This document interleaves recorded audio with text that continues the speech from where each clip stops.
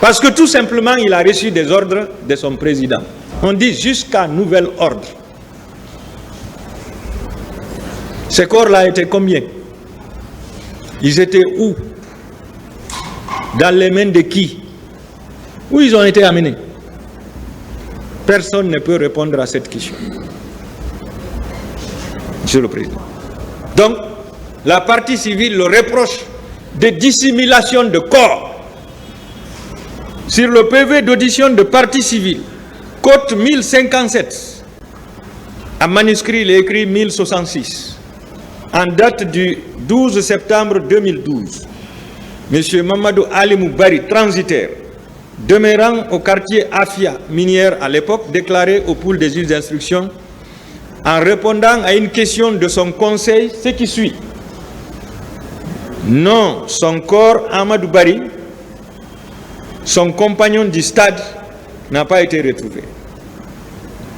Au cours des recherches, je me suis rendu à la morgue de Donka avec certains membres de la famille du défunt pour rechercher le corps. Et là, j'ai pu m'introduire à la morgue munie de ma carte de la Croix-Rouge locale, où j'ai constaté plusieurs cadavres entassés en même le sol. Soudain, un groupe de bérets rouges accompagné par le colonel Ablaye Chérif Diaby, ministre de la Santé à l'époque, est rentré dans la morgue pour chasser tous les visiteurs. Suite à mon expulsion, je me suis dirigé vers les urgences où, après avoir expliqué mes mésaventures aux gens qui y étaient, j'ai appris que la veille, c'est-à-dire le 28 septembre 2009, le colonel Ablaye Chérif Diaby serait venu chercher toutes les femmes violées au stade pour une destination inconnue. Ça aussi, c'est extrêmement grave. Alors, on a compris qu'il n'y avait plus d'espoir pour retrouver le corps du défunt, pour continuer des démarches ailleurs. Sur le PV d'audition de partie civile, cote 1188 en date du 13 février 2013, Madame Mariama Chérif Diallo, couturière, domiciliée au quartier Nongo à l'époque, déclarée au pool des juges d'instruction, citation: « Je porte plainte pour avoir été victime de viols, séquestration, coups et blessures et vols lors des événements du 28 septembre. » En effet, le jour de la manifestation, j'étais assise à la tribune lorsque les militaires ont fait irruption au stade en tirant à balles réelles sur les gens. Au même moment, une fille atteinte par balle est tombée sur moi. Nous sommes restés là, couchés à terre, lorsque un militaire est venu marcher sur moi pour savoir si j'étais vivante. Par précaution, je suis resté là inerte de longues heures durant. Quand il y a eu l'accalmie, je me suis levé pour descendre sur la pelouse. J'étais sûr d'être sauvé lorsque, tout d'un coup, des militaires sont arrivés devant moi. Ils ont commencé à me brutaliser. Je leur ai dit que je n'étais pas là pour la manifestation, mais plutôt pour rechercher mon enfant. C'est alors qu'ils m'ont sommé de quitter les lieux, non sans avoir retiré mon appareil photo numérique. Arrivé au portail, d'autres militaires m'ont intercepté. Après avoir retiré mon appareil Nokia, l'un d'eux a voulu me déshabiller. Mais l'autre lui a dit de ne pas se presser et que j'étais si belle pour ça. C'est alors que les deux m'ont embarqué dans une pick-up après avoir bandé mes yeux. Peu après, nous nous sommes retrouvés dans une maison, je ne sais où. Le soi-disant chef qui portait un béret vert m'a placé sur un banc et m'a violé. Là, ce n'est pas un béret rouge, c'est un béret vert. Donc, un gendarme. Quant au second, il m'a administré des coups et m'a injurié tout en me demandant si c'est de cette manière qu'on prend le pouvoir. Je vous ai dit que c'est pour des raisons purement politiques que les gens ont été massacrés au stade. Il n'y avait rien d'ethnique, ainsi de suite. Au même moment, un monsieur est arrivé pour nous sommer de quitter les lieux. C'est alors que les deux m'ont ramené dans la pick-up pour me descendre à Dixon Port. C'est là qu'ils m'ont dit de me sauver. Comme ils ont fini d'assouvir à leur sale besogne, ils l'ont libéré. Je précise que lorsque nous sommes arrivés, ils m'ont confié à un surveillant qui me maltraitait. Eux, ils sont allés déposer des personnes mortes, découpées, je ne sais où, avant de revenir vers moi. Et ça, c'est dans une pick-up de la gendarmerie, Monsieur le Président. Les gens ont été découpés au stade, avec des haches, des coupes-coupes. Mais c'est sadique. On ne peut pas faire ça à son prochain. À l'audience, la pick-up, elle continue. La pick-up où j'ai été embarqué contenait des corps. Je ne sais pas le nombre, mais j'ai vu des pieds, des jambes et des bras. Le sang coulait sur les pneus. Et c'est pas possible. Ça veut dire que le nombre de morts embarqués dans cette pick-up était énorme. La nature des blessures, les endroits où les gens ont été découpés correspondaient à des nerfs qui donnaient beaucoup de sang. Où sont ces bras? Où sont ces corps découpés? Je demande au ministre de la Santé et au président Moussa Dadis Camara. C'est à eux de nous dire où se trouvent ces corps. À l'audience du 12 février 2024, un autre témoin du nom de M. Ismaël Ba, logisticien, domicilié à Lambagne à l'époque, déclarait devant ce tribunal que le 2 octobre 2009, je suis venu à l'esplanade de la mosquée Faisal pour assister à l'exposition et à la restitution des corps. Après l'altercation entre le ministre Koutoubou Sanou et la population, la police est intervenue. Je suis allé à l'intérieur de la mosquée Faisal. Étant là, la police est rentrée à l'intérieur en lançant des gaz lacrymogènes. Monsieur le Président, même les lieux de culte ne sont pas épargnés. Ça ne leur dit absolument... Là où l'être humain ne leur dit absolument rien, le lieu de culte ne leur dit absolument rien. Ça veut dire que ce ne sont pas des religieux. Ils ne sont ni chrétiens ni musulmans. Ils n'appartiennent à aucune religion. Monsieur le Président, ceux qui ont fait ça. Nous sommes sortis dans la débandade à la recherche d'une autre mosquée pour faire la prière du vendredi. C'est ainsi que je me suis retrouvé dans une mosquée qui se trouve à la Kamayenne, non loin du cimetière. Après la prière, suite aux demandes répétées d'un imam de ne pas laisser les corps dans les mains des militaires, de peur qu'ils ne les jettent dans la nature ou dans la mer, nous avons été prendre les corps pour les acheminer au cimetière de Cameroun. Voyant la lourdeur de corps et la longue distance à parcourir, des officiers militaires ont proposé de nous aider à les transporter dans les camions. Chose que nous avions acceptée difficilement après plusieurs échanges. Oui, on ne pouvait pas être rassuré que si ils embarquaient les corps, qu'ils allaient les amener au cimetière. Parce que ce sont des bérets rouges aussi. C'est des bérets rouges, des gendarmes et des policiers qui ont tué. Donc si les mêmes offrent leur camion pour transporter les corps de l'esplanade de la mosquée Faisal au cimetière, les autres ne pouvaient pas être rassurés. Difficilement ils ont été convaincus, mais ils ont accepté. Une fois au cimetière, nous avions dépêché un jeune pour nous trouver des feuilles pour couvrir les corps, comme à l'accoutumée. Parti à la recherche de ces feuilles, ce dernier a constaté la présence d'une grande tombe qui était fraîchement fermé. Il a attiré notre attention et nous sommes allés faire le constat.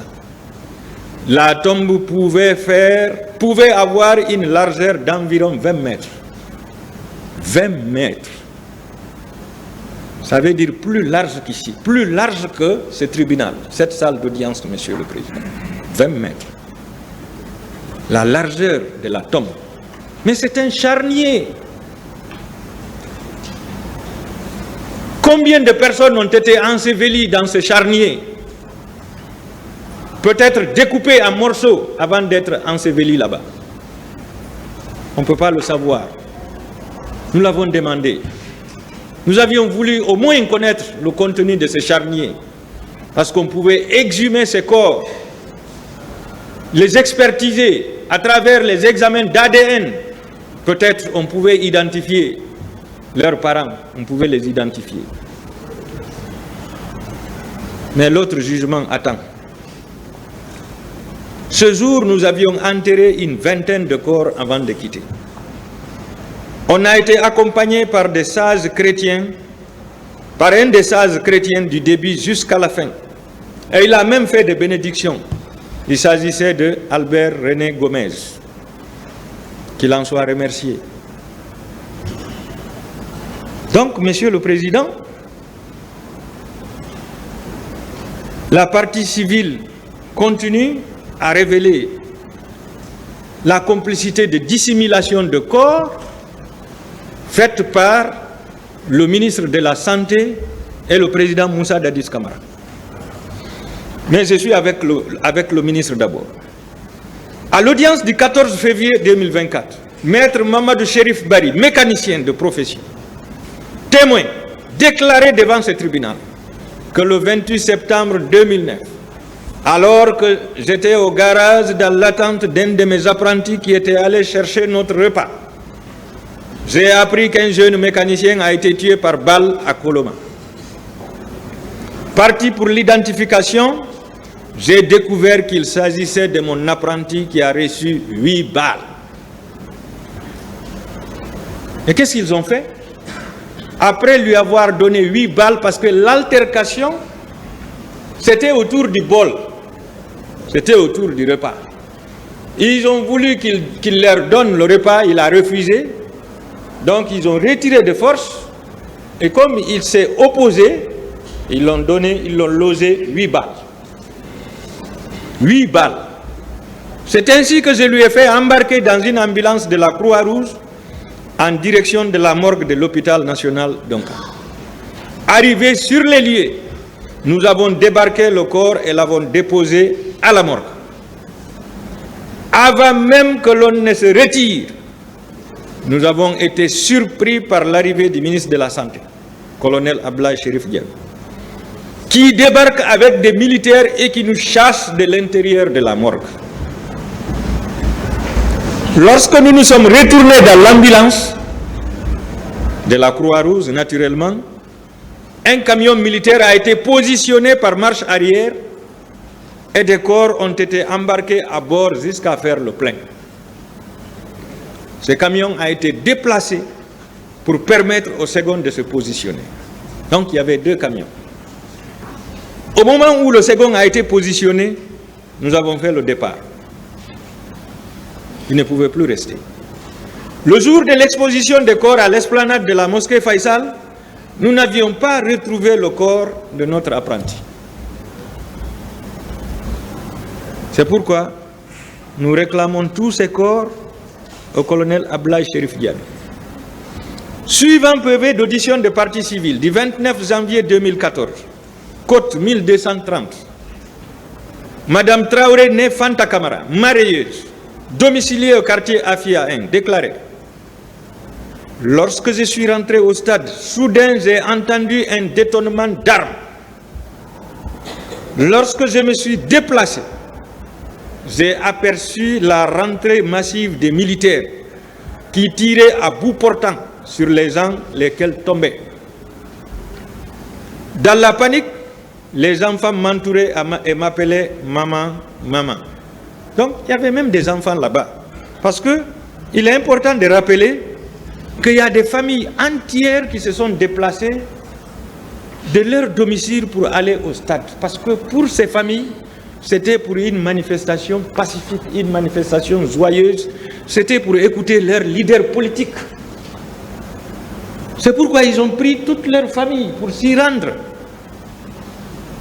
Ces enfants se sont perdus avec leurs parents. La femme raconte, par la suite, j'ai constaté que les agents administraient des coups sur les leaders. Subitement, étant avec les enfants, un militaire a braqué l'arme vers moi. Malgré tout, il m'a donné un coup de crosse sur ma tête et ensuite sur mes côtes gauches en disant qu'ils nous tueront tous. Même un poussé ne sortira vivant. Ah oui. S'ils avaient beaucoup plus de chargeurs, en dehors des 2 chargeurs qui étaient détenus par chacun, personne n'allait sortir du stade. Personne. Il n'y aurait pas eu de blessés parce que tout le monde allait être écrasé.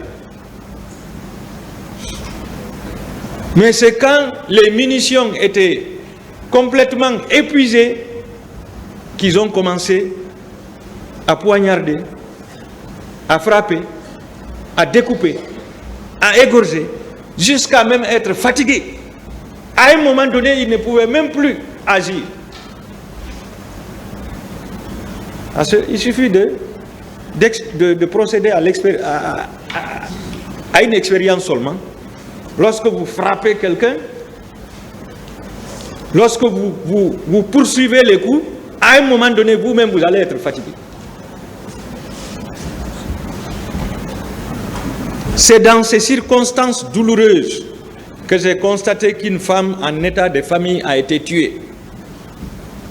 L'enfant s'est remué dans le ventre de sa mère et une autre poignardée au niveau des seins. 2 personnes tuées à la fois, la mère et son enfant dans le ventre.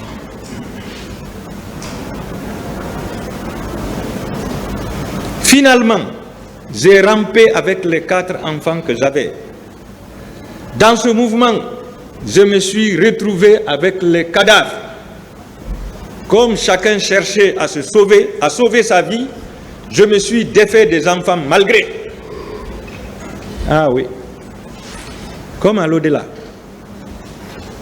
Le jour de la résurrection, Dieu a dit que le père va fuir son enfant, la mère va fuir son enfant, l'enfant va fuir ses parents aussi. Dieu l'a dit dans son noble Coran. Wa ummihi wa sahibatihi wa banihi. Donc la femme était obligée de se défaire de ses enfants. J'ai aperçu une marée humaine qui tendait de sortir, mais qui était pourchassée par les militaires qui tiraient sur eux.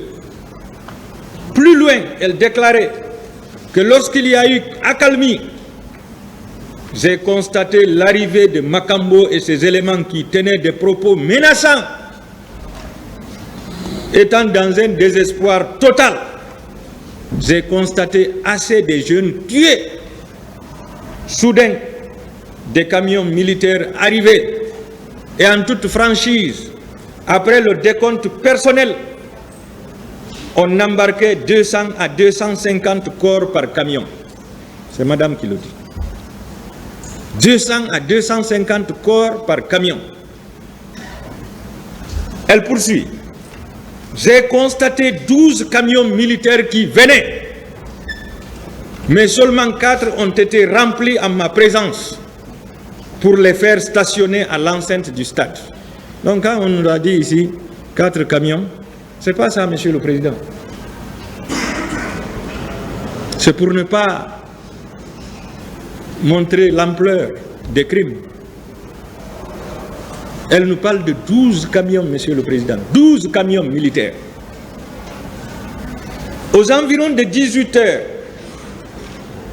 l'inspecteur de Bonfi m'a raccompagné nu jusque chez moi, sauf un chiffon déchiré que j'ai ramassé pour me protéger. En ces temps, j'ai saigné beaucoup. Donc, bref, Monsieur le Président, les 4 camions ont embarqué devant elle 1000 corps. Reste à savoir ce que les autres ont embarqué derrière elle, Monsieur le Président.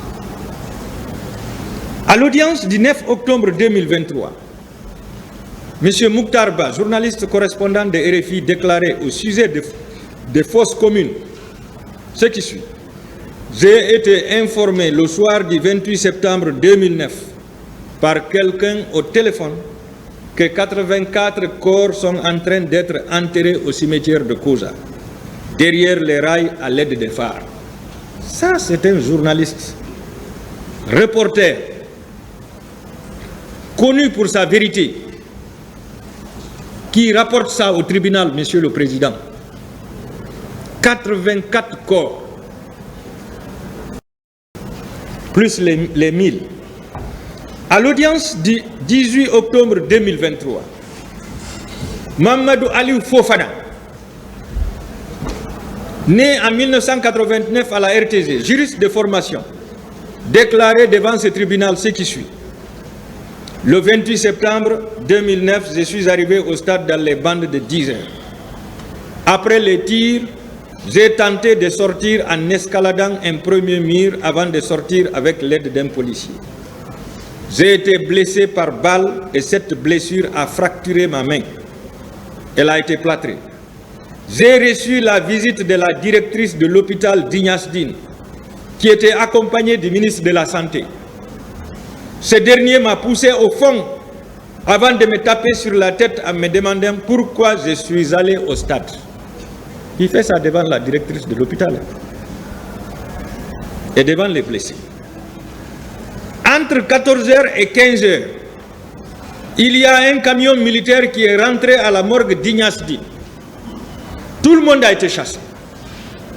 Ils ont embarqué des corps pendant au moins 40 minutes. 40 minutes, Monsieur le Président, j'étais en train d'embarquer des corps. Est-ce qu'on peut connaître le nombre de ces corps? Prenons le maximum 250 que Madame a décrit. 250 corps. Ça, c'est le minimum qu'on peut dire. Pendant 40 minutes. Lorsqu'on fait le décompte, Monsieur le Président, on peut trouver approximativement les morts suivants. Le décompte que j'ai fait à partir des déclarations faites par les partis. 1. Feu Amadou Bari, sous couvert de M. Mamadou Alimou Bari, transitaire, parti civil. 2. Tcherno Mamadou Bari, apprenti mécanicien, sous couvert de son maître Mamadou Chérif Bari. 3. Un camion plein de corps garé devant les locaux de l'antidrogue, Kang Alfaya. 250 corps. 4. Une pick-up pleine de corps, découpée selon Madame Mariama Chérif Diallo, dont je ne peux dénombrer le nombre de victimes. 5. Une vingtaine de corps enterrés au cimetière du Cameroun selon M. Ismaël Ba, témoin. 1000 corps embarqués au stade dans 4 camions militaires selon Mme Traoré, Nefanta Kamara. 84 corps ensevelis au cimetière de Koza après les rails selon l'informateur de M. Mouktar Ba, correspondant de RFI. 8. Un camion militaire a embarqué des corps à la morgue d'Ignasdine entre 14h et 15h durant 40 minutes. Donc, selon Mohamed Aliou Fofana, donc 250 corps. 9. 41 corps compilés, cassés et attachés dans des sacs pour être jetés en mer au camp Samori Touré. 10. 157 corps déclarés officiellement par le chef d'état-major général des armées, selon le rapport de la Croix-Rouge. 11. 52 corps déclarés par le directeur général de la police nationale au niveau de la résidence de feu général Lansana Conté, au camp Samori. 12. 46 corps ramassés au stade par la Croix-Rouge aux environs de 19h30 devant Madame Mariama Baïlo Diallo, partie civile. Arrivé sur la partie du capitaine Moussa Dadis, je vais lire ce qu'elle a dit par rapport à ça. 13. 3 camions militaires contenant des cadavres, nuitamment ont fait débarquer des corps dans le cimetière de Bessia-Port, selon Madame Diarra Baldé, partie civile, soit 750 corps. Total, 2652 corps, plus une pick-up pleine, dont j'ignore le contenu. La partie civile réclame tous ces corps au ministre de la Santé. Monsieur le Président. Tous ces corps au ministre de la Santé. Sur les injures et menaces de mort, suivant le PV d'audition de partie civile, Côte 1090 en date du 8 octobre 2012, M. Mamadou Bano Diallo, étudiant, domicilié à Bantunka à l'époque, après avoir raconté toutes ses péripéties au stade jusqu'à sa sortie pour être hébergé par une famille voisine, déclaré au pool des juges d'instruction ce qui suit. Aux environs de 17 heures, j'ai été embarqué à bord d'un véhicule de la Croix-Rouge pour Donka. Un peu plus loin, j'ai été acheté avec 2500 des gâteaux et de l'eau pour les plus souffrants, c'est-à-dire ses 2 amis. Mais en envoyant ces gâteaux, j'ai aperçu les 8 pick-up du colonel Tcheboro. Tcheboro revient encore. Au moment où je tendais ces gâteaux à mes amis, le colonel Ablaye Chérif Diaby, ministre de la Santé à l'époque, est arrivé avec ses agents.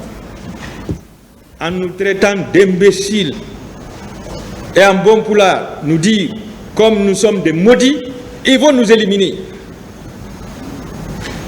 Injures publiques et menaces de mort, Monsieur le Président. Suivant PV d'audition de partie civile,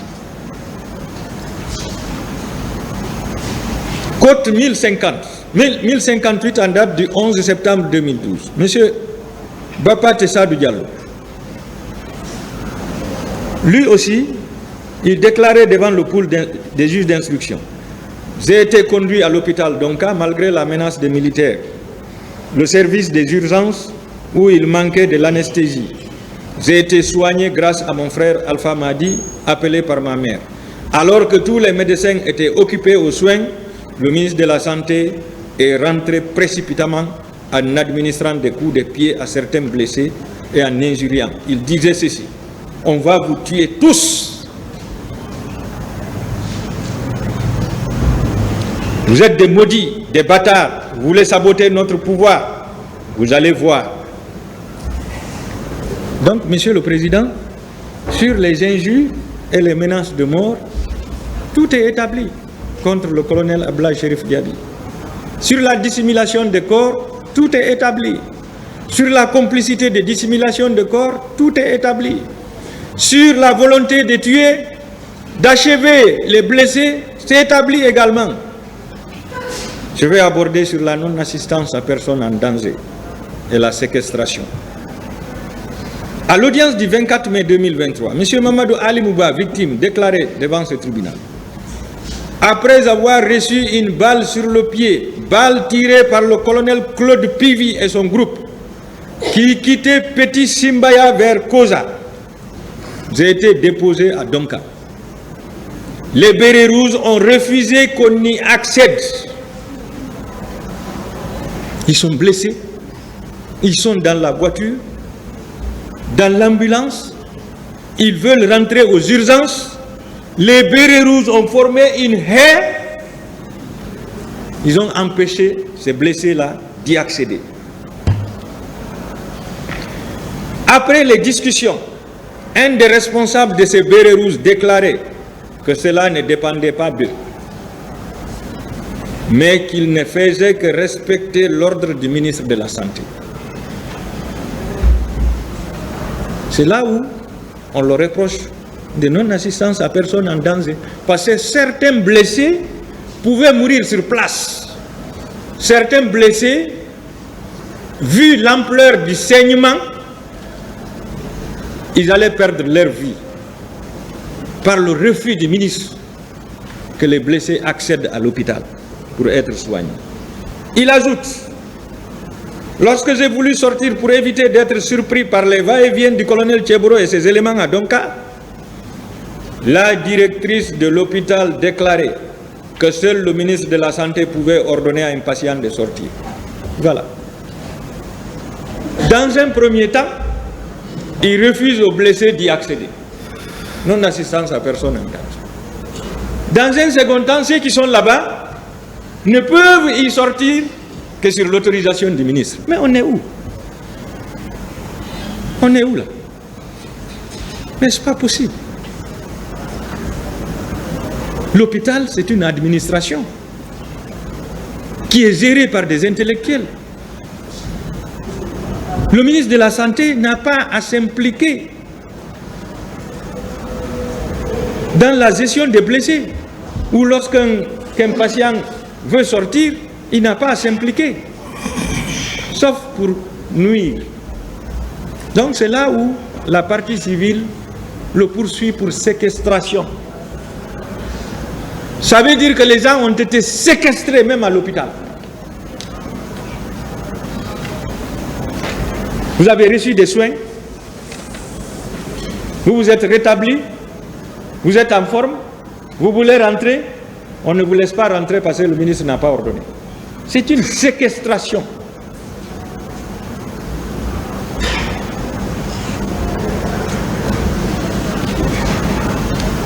En somme, vu les déclarations des parties civiles, les témoignages apportés à l'instruction préparatoire et à la barre ici, vu la position du colonel Ablaye Cherif Diaby dans le gouvernement à l'époque, en tant que ministre de la Santé, chargé de protéger tous les citoyens guinéens dans le domaine sanitaire, mais surtout de prendre en charge tous les blessés et de gérer les corps conformément à la loi en respectant leur dignité, vu la violation de son serment d'Hippocrate, vu les violences et injures exercées sur les victimes, vu la complicité dans la disparition des corps,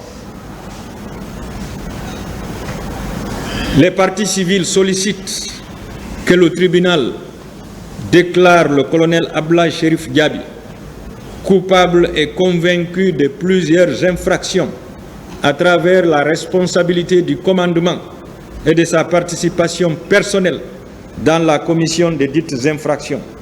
Il s'agit entre autres de menaces, menaces de mort, injures, violences, complicité d'assassinat, complicité de dissimulation de corps, non-assistance de personnes en danger, séquestration.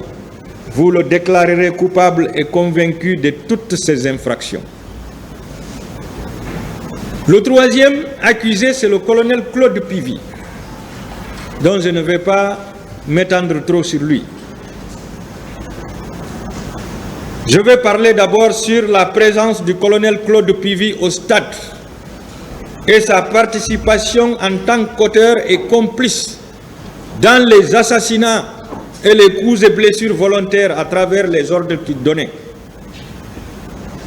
Suivant le procès verbal d'audition de partie civile en date du 14 octobre 2012, Côte 1093, de M. Ousmane Sidibé, ce dernier déclarait devant le pool des juges d'instruction, sur une question de son conseil, non seulement en dehors des éléments de Tcheboro, j'ai vu le groupe de Toumba qui était masqué, ainsi que Pivy dans sa pick-up avec ses éléments.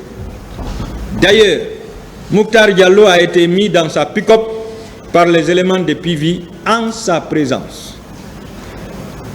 Plus loin, répondant à une question de son conseil, il déclarait que le général Pivy, ne connaissant pas son grade, donnait ordre de les chicoter et de les fusiller. Vous savez, le colonel Pivy, le commandant Aboubakar Sidiki Diakité, dit Toumba, les deux là n'étaient pas regardables avant. On ne pouvait pas les regarder deux fois. Sinon, c'était grave. Donc, quand il dit que le colonel Pivi a ordonné de les chicoter et de les fusiller, ça ne me surprend pas. Ça ne me surprend guère. C'est ici que je vous ai découvert, mon commandant Aboubakar Sidiki Diakité. C'est ici que j'ai pu vous regarder. Ici. C'est ici que j'ai su que vous êtes un beau gars. C'est ici que j'ai su que le capitaine Moussa Dadis Camara est un beau gars. D'ailleurs, à partir de Ouaga, quand il a enlevé le béret, il tirait le béret jusqu'ici, juste pour faire peur aux hommes. Et le commandant Toumba, sa manière de porter le béret était unique. Et ses yeux étaient rouges, comme le feu. Monsieur le Président, plus loin, répondant à une question de son conseil, il déclarait que le général Pivi donnait ordre de les chicoter et de les fusiller. Mamadou Baïlosso, né en 1988 à Dabola, staffeur, déclaré à l'audience du 25 juillet 2023, citation. Étant enfant de Dadis, nous étions allés au stade et au palais pour voir le capitaine Dadis. On n'avait pas été réprimés. Oui. La manifestation organisée par le mouvement Dadis doit rester au stade du 28 septembre au mois de mars 2009. Les gens ont assisté massivement parce que c'est la jeunesse qui avait été appelée. Personne n'a été réprimé. Personne. Elle a été encadrée. La manifestation organisée au Palais du Peuple par le CNDD devant son président et tous les membres du CNDD, tous les comment dirais-je, les élus locaux, personne n'a été réprimé. Parce que nous tous, on était fans de Dadis. Nous tous. Toute la jeunesse était fan de Dadis. On disait que l'espoir était permis. La Guinée allait changer. La Gabésie allait partir. La corruption, on allait terminer avec la corruption. Le narcotrafic, il a placé un vaillant gendarme sorti de l'EMIA qui était prêt à tout pour lutter contre le narcotrafic. Nous tous, on avait de l'espoir. J'ai dit à tous mes amis qui sont à l'étranger, revenez, arrêtez l'aventure. On a eu un président. Revenez. Ils se sont moqués de moi, ils m'ont dit, on te donne 6 mois. 6 mois seulement. Après, on va te répondre.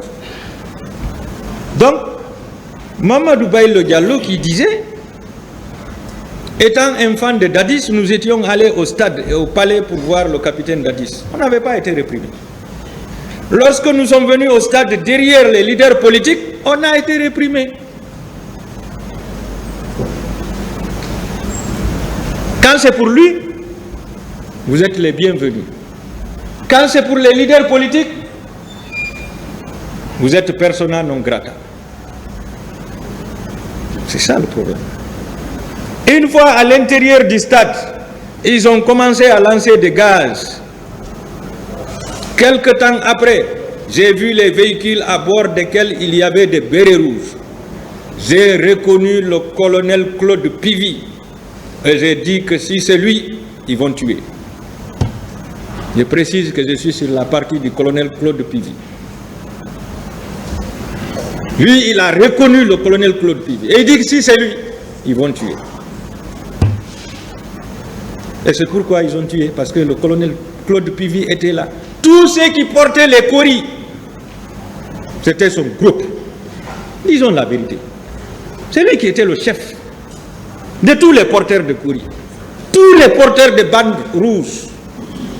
Sur la tête. Au niveau du bras. Et même au niveau du canon. Il y a des canons qui étaient munis de bandes rouges. Pour dire que nous sommes venus pour verser du sang. J'ai vu quelqu'un frapper Elhadji Cellou Dalein. J'ai essayé de monter sur un arbre. Un militaire m'a fait descendre et m'a bastonné à mort. J'ai été transporté par des jeunes jusqu'à la porte. D'autres m'ont pris pour me déposer chez Dr Sou. Ce dernier nous a référés à Donka. Vers 3 h du matin, ils sont venus chercher les corps à la morgue. C'est ça le problème.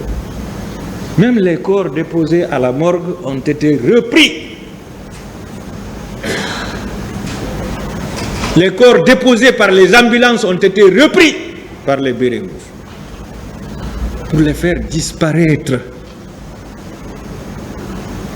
Parce que l'opinion nationale et internationale ne devrait pas savoir le nombre de morts.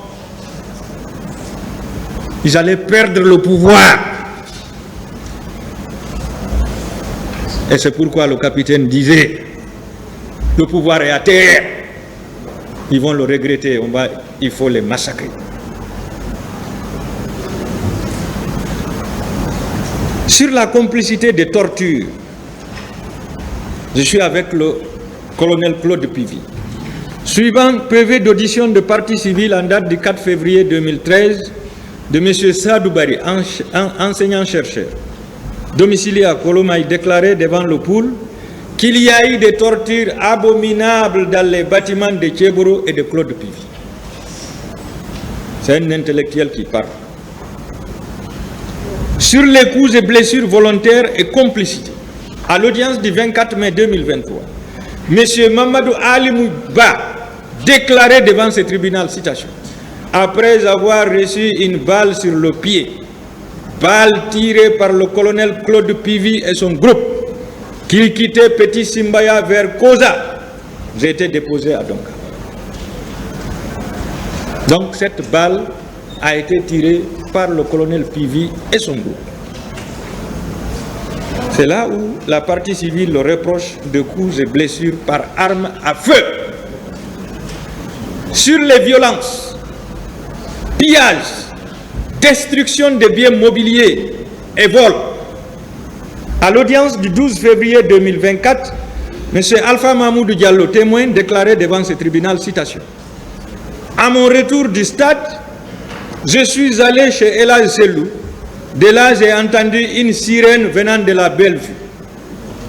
Soudain, des jeeps se sont garés à la devanture. Les bérets rouges sont rentrés à l'intérieur. Le colonel Claude Pivy était parmi eux. Ils ont détruit les pare-brises des véhicules garés dans la cour. L'article dit constitue un crime contre l'humanité l'un quelconque des actes ci-après lorsqu'il est commis dans le cadre d'une attaque généralisée ou systématique, lancée contre toute population civile et en toute connaissance de cause. Voyons, Monsieur le Président, après ces actes, est-ce qu'il y a eu attaque? C'est quoi l'attaque? On dit c'est un comportement de nature à commettre des actes de violence ou à infliger des traitements inhumains et dégradants à une population civile. Est-ce qu'il y a eu violence le 28 septembre et les jours qui ont suivi? C'est incontestable. Est-ce qu'il y a eu traitement inhumain et dégradant à l'encontre d'une population civile? C'est incontestable, Monsieur le Président.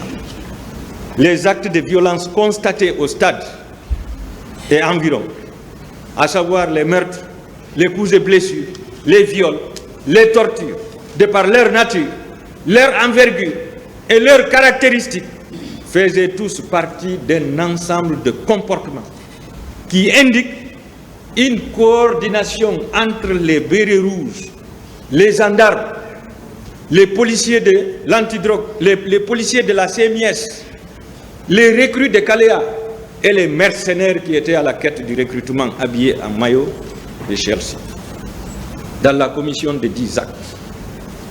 Après les fusillades dans les quartiers et à la terrasse du stade, la police et la gendarmerie ont attendu. C'est des stratèges. Hein? Ah oui, il faut faire la commune de base, il faut faire les formations académiques pour comprendre la stratégie de la guerre. Ils ont attendu l'arrivée des bérets rouges. Vous savez, je vous ai dit, le colonel qui est sorti de l'EMIA, c'est le plus grand stratège. Quand ils n'ont pas pu retenir cette marée humaine, les manifestants ont tenu à entrer au stade. Les menaces ont été proférées. Malgré les menaces, les gens ont insisté. Bon, entrez. Les gens sont rentrés. Les gendarmes et policiers qui étaient sur place ont reculé en attendant l'arrivée des bérets rouges parce qu'ils étaient en communication. Ils ont les talkie-walkie, ils ont les téléphones. Bon, venez, tout est prêt. Donc, ils ont attendu que les bérets rouges soient là. Les bérets rouges et les mercenaires ont pris toutes les issues du stade, les rentrées et les sorties. Après avoir pris les issues, ils ont ordonné de tirer les gaz lacrymogènes. C'est en ce moment que la police et la gendarmerie ont tiré à l'intérieur. Ce qui a créé la panique. La panique a entraîné une débandade. Cette débandade a coïncidé à la rentrée des militaires, les bérets rouges. Quand je dis militaires, que les autres m'en excusent. Les bérets rouges, les gendarmes de l'antidrogue et les policiers de la CMIS. Donc, les gens sont venus croiser leurs bourreaux. Et les bourreaux ont ouvert le feu, Monsieur le Président. Ils ont tiré à l'horizontale. Ils ont frappé. Ils ont blessé plusieurs personnes. Tous ceux qui tentaient de sortir étaient stoppés, rattrapés, soit par des bérets rouges, soit par des gendarmes, soit par ces mercenaires et qui étaient fusillés ou bien poignardés directement, Monsieur le Président. Tout ceci constitue des preuves éloquentes que l'attaque était organisée, planifiée et coordonnée, Monsieur le Président. La deuxième condition, il faudrait que cette attaque soit généralisée. Alors le terme généralisé ici, Monsieur le Président, signifie le caractère étendu de l'attaque. Le caractère étendu de l'attaque. Lorsque vous voyez le nombre de victimes, que j'ai décompté 2652, plus de 100 femmes violées, 1480 blessés, donc 91 fracturés, vu l'ampleur des violences commises en l'espace de moins de 2 heures, dans un stade fermé, ainsi que les armes utilisées dans la commission de ces actes, tous ces facteurs sont caractéristiques d'une attaque généralisée contre la population civile. Quand les bérets rouges sont rentrés et les gendarmes, ils n'ont pas fait de distinction. Ils ont arrosé, comme Maître Barry l'a décrit ici, ils ont arrosé comme un jardinier, comme si c'était des oiseaux. Et les gens sont tombés comme des oiseaux, comme des papillons. Monsieur le Président. Donc j'estime que cette attaque était généralisée. L'attaque doit être systématique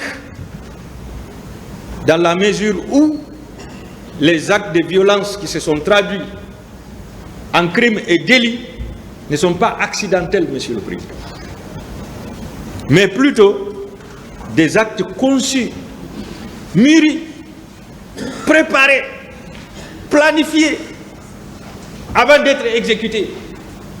Et l'exécution a été suivie à la lettre, du début jusqu'à la fin. Chaque acteur a été évalué. C'est pourquoi chacun devrait poser un acte, chacun devrait mouiller le maillot. Si vous ne mouillez pas le maillot, vous connaissez les conséquences. Ce qui fait que tous ceux qui sont venus ont eu des résultats positifs. Parce qu'il fallait rendre compte. On nous a dit ici, avec Lansana Zoli, là où ces féticheurs découpaient les têtes des gens, en présence du colonel Pivi, la vidéo qui a été filmée, le colonel Pivi disait, « Hey, caméraman, il faut tout montrer. » parce que Dadis là, hein, lui il est difficile, hein, il faut tout montrer. Il faut tout montrer, tu connais Dadis, il faut tout montrer. Hein. Mais ça c'est extraordinaire. C'est extraordinaire, Monsieur le Président. Autrement dit, Monsieur le Président, ce sont des actes qui se sont répétés dans le temps, dans l'espace et dans une grande envergure.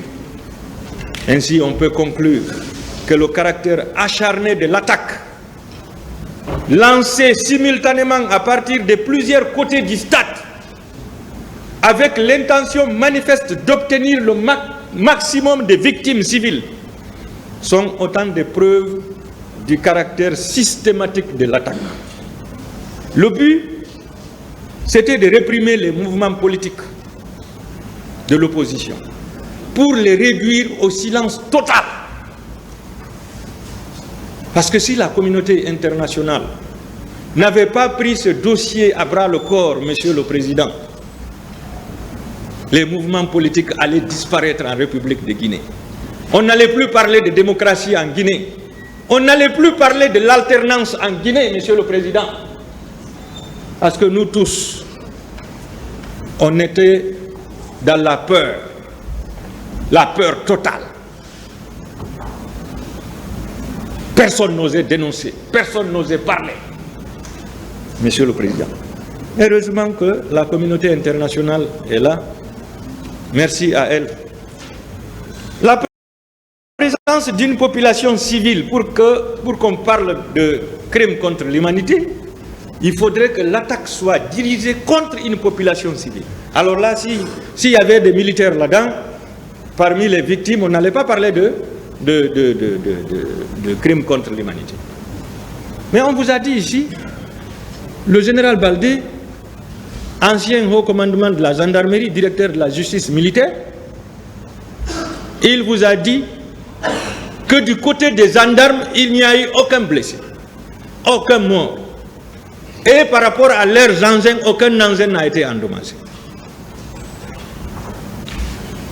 Et la gendarmerie est connue comme étant un service de renseignement par principe.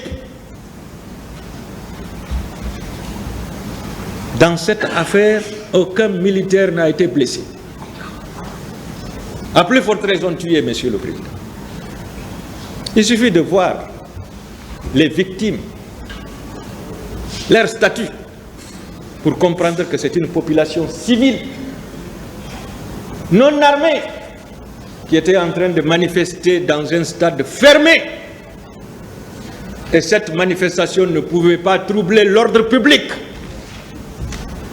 Et on vous a dit ici, un peu plus haut, que rien ne pouvait justifier ces crimes odieux de la part de l'armée, chargée de protéger sa population. C'est l'armée qui protège sa population. L'armée est issue des civils. Ce sont les civils qu'on forme, qu'on incorpore, on leur dote des tenues, on leur dote des armes pour protéger, pour se protéger et protéger la population. C'est le rôle de l'armée.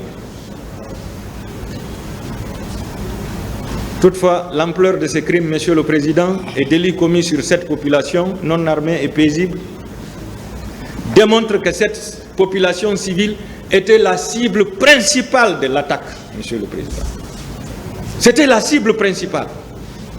Le but, c'était de nettoyer une partie de la population civile et diminuer tous les rescapés. Vous avez constaté, les femmes violées, elles ont refusé de déposer publiquement ici. Ce sont les rescapés, ça, Monsieur le Président. Parce qu'elles ont subi la pure humiliation qui ne peut jamais être réparée, Monsieur le Président. Donc le but, c'était de nettoyer une partie de la population. Donc d'éliminer une partie de la population, parce que 2652 personnes, plus les 17 disparus, Monsieur le Président, et ceux-là qui étaient dans la pick-up remplie. Monsieur le Président, ça peut aller jusqu'à 3000 et quelques. Mais c'est une partie de la population. 3000 personnes, c'est 3000 votes. 3000 personnes, c'est 3000 familles. Et c'est des milliers de générations, Monsieur le Président, qui ont été supprimées. Donc, ils ont atteint leur but. Il fallait nettoyer cette population. La dernière condition, c'est la connaissance en cause de l'attaque. En l'espèce, Monsieur le Président, la coordination entre les bérets rouges, les gendarmes, les policiers de la CMIS, les recrues de Caléa et les mercenaires au stade démontre l'assistance et le soutien apportés par chaque groupe à l'autre. Chaque groupe a assisté l'autre. Les gendarmes et les policiers sont venus d'abord les premiers. Ils ont tenté d'empêcher. Ça n'a pas marché. Ils sont restés sur les lieux. Ils ont attendu l'arrivée des bérets rouges. Sans oublier que les recrues de Caléa ont été envoyés à l'aube dans les bus de la Sotragui, des bus de transport public qui transportent des militaires pour venir massacrer la population. Des bus achetés par les civils. Des militaires recrutés à travers l'argent des civils, formés à travers l'argent des civils, payés à travers l'argent des civils. On vient les massacrer, Monsieur le Président. Vous constaterez que chaque groupe a apporté une assistance à l'autre sur place.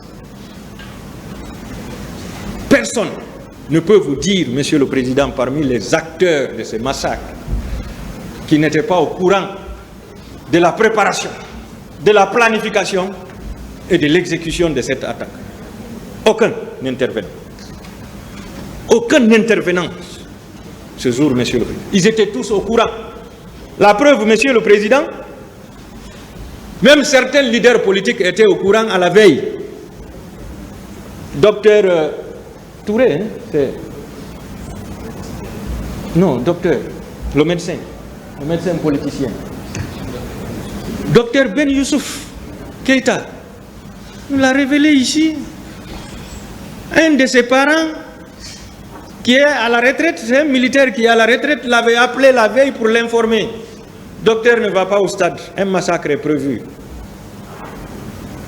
Il est passé le matin de bonne heure voir Elhadj Cellou Dalein pour le lui dire. Elhadj lui a dit, je suis au courant. Si les civils déjà étaient au courant, ça veut dire que l'ordre avait été donné. Les instructions avaient été données. Et c'est là où il y a eu fuite. Et il y a un recoupement. Ce qui a été dit la veille a été exécuté le matin.